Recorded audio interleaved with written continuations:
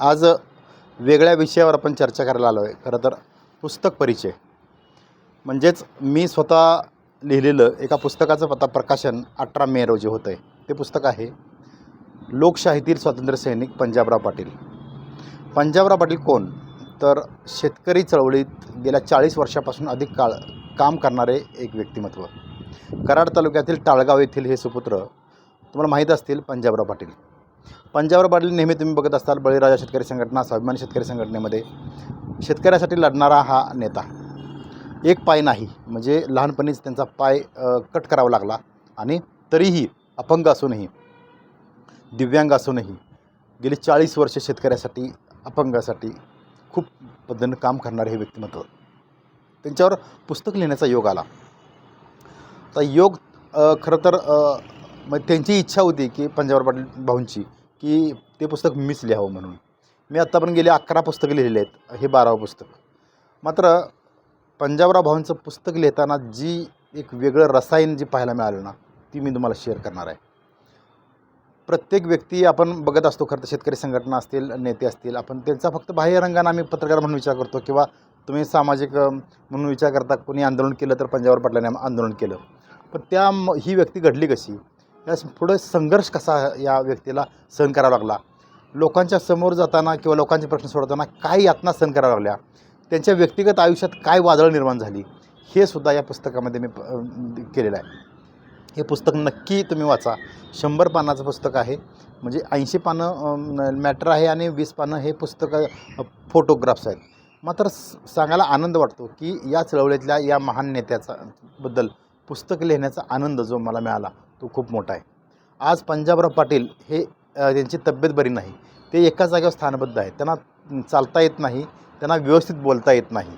बोलतात पण त्यांना आपण ते काय बोलतात ते लवकर आपल्याला कळत नाही. अशा परिस्थितीमध्ये, नाजूक परिस्थितीमध्ये पंजाबराव पाटील आहेत आणि त्यांची इच्छा होती की त्यांच्या संघर्षमय जीवनाचं पुस्तक लिखाण करावं. योगायोगानं पंजाबराव भाऊ यांनी ते सगळं ड्राफ्टिंग करून ठेवलेलं होतं घरी आणि ह्याचा फायदा झाला.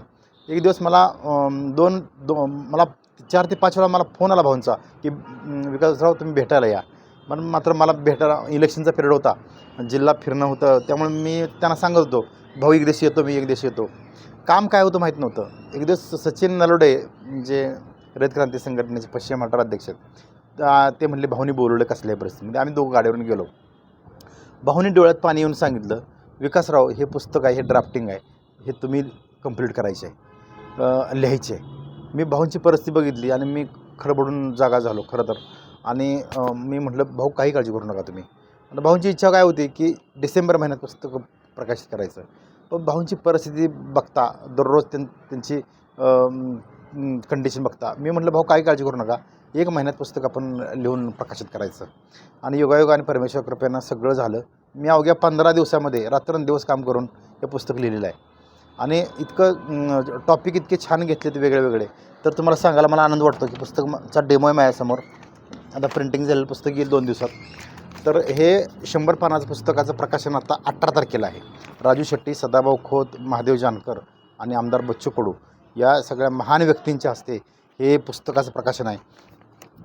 ह्या पुस्तकाची डिझाईन्स जी आहे तितकं छान केलं आमचे संदीप चेनगेनी, जे दैनिक मुक्तागिरी जे संपादक आहेत त्यांनी, आणि बॅकपेजसुद्धा इतकं छान केलेलं आहे. तर मला सांगण्याचा उद्देश काय की हे पुस्तक लिहिताना अंगावर अक्षरशः शहारे आले माझ्या.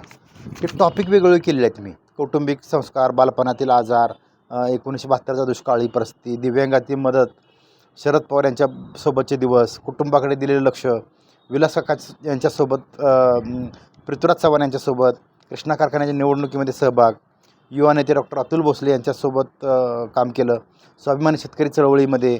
त्यानंतर आंदोलनाची जी आंदोलन झालं आपलं 2013ला, त्याची पहिली ठिणगी कशी पडली, ऐतिहासिक आंदोलन, आणि सातारा कारागृहातील कैदी, बळीराजा शेतकरी संघटनेची स्थापना, त्यानंतर विविध राजकीय पक्षांच्या ऑफर्स, आणि सध्या ज्या रोगानं, भयंकर रोगानं जे आता पंजाब भाऊ स्थानबद्ध झालेले आहेत आत्ता, म्हणजे त्यांना जास्त चालता येत नाही, अशा ह्या रोगाचं संदर्भाचं मी ही पुस्तक लिहिताना खूप म्हणजे भावनिक झालो होतो खरं तर.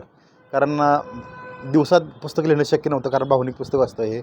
पहाटे 3 वाजता उठून सकाळी 8 वाजेपर्यंत मी बरंचसं टॉपिक उरकायचो आणि मग नंतर व्यायामाने दिवसभराच्या कामाला बाहेर पडायचो. हे पुस्तक लिहिताना इतका भयंकर असा अनुभव आणि रोमांचकारी होता की भाऊंचा झालेला लहानपणीचा आजार तो भयंकर होता. तो मग त्यांना सर्पदंश झाला, पाय कट करावा लागला. डॉक्टर अशोक गुजर यांनी खरं तर पुनर्जन्म दिला.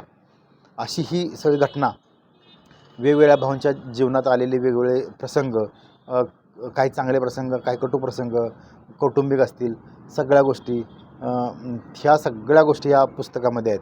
आणि यासारख्या पंजाबराव पाटील यांच्यासारख्या महान शेतकरी नेत्याच्याबद्दलचं पुस्तक लिहिण्याचा योग माझ्यासारख्या दुष्काळी भागातील एका पत्रकारावर आला, हेच मी माझं भाग्य समजतो. एका शेतकऱ्याच्या मुलालाच या शेतकऱ्याच्या नेत्याचं पुस्तक लिहिण्याचा योग आला. मी सांगण्याचं कारण काय, हे काय पुस्तकाचं प्रमोशन नाही, मात्र खरं तर आपण आपल्या आजूबाजूला काही चळवळीत काम करणारे व्यक्ती असतात, मात्र त्यांचा आपण बघण्याचा अँगल जो असतो ना, तो फक्त त्या इव्हेंटपुरता असतो, म्हणजे चळवळीपुरता असतो. मात्र त्यामागं त्या माणसानं काय भोगलं आहे ना, हे या पुस्तकात दिलेलं आहे मी, रिअल स्टोरी. आणि ही स्टोरी जर वाचाल ना, तर तुम्ही सगळी थक्क व्हाल आणि सगळ्यांना ते नक्की वाटेल की बस पंजाबराव भाऊनी केलेलं कामाला सलाम ठोकाल, एवढं मात्र नक्की.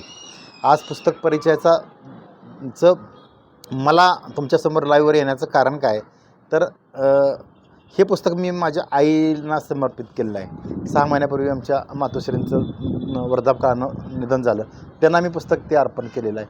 आणि काल मातृदिन झाला आणि विशेष म्हणजे उद्या माझा 50वा वाढदिवस. आज त्या पूर्वसंध्येला मला थोडं वाटलं की व्यक्त व्हावं तुमच्याशी आणि या पुस्तकाचा मागचा काय मतितार्थ आहे, काय या मिनिंग आहे पुस्तकाचं, ह्या मला सांगण्याचा योग आला.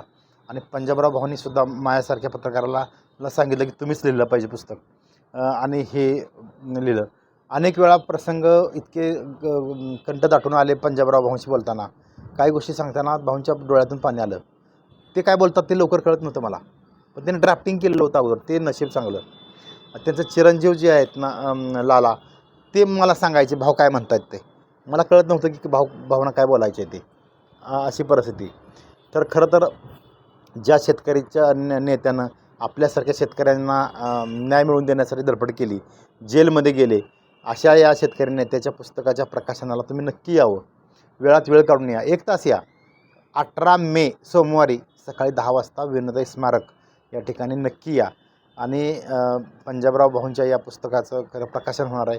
तुम्ही मान्यवर आहातच सगळेजण, सर्व बाकीचे मान्यवर जरी असले तरी तुम्हीसुद्धा शेतकऱ्याचीच मुलं आहात आणि या पंजाबराव भाऊंच्या या पुस्तकाच्या प्रकाशनाला नक्की यावं, ही नम्र विनंती. धन्यवाद.